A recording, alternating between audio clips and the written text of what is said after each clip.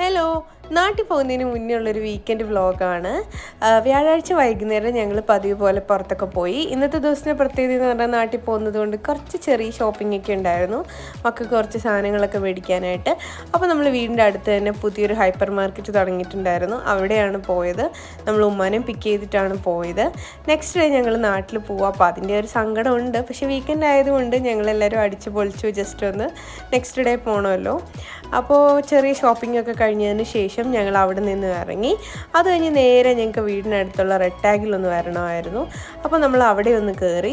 അവിടെയും ഭയങ്കര ഓഫറൊക്കെ നടക്കുന്നുണ്ടായിരുന്നു. അപ്പോൾ അവിടെയും കയറിയിട്ട് വേഗം ഇറങ്ങിയിട്ട് നമ്മൾ വീടിനടുത്ത് തന്നെയുള്ള റെസ്റ്റോറൻറ്റിൽ പോയിട്ട് ഫുഡൊക്കെ ജസ്റ്റ് കഴിച്ചു.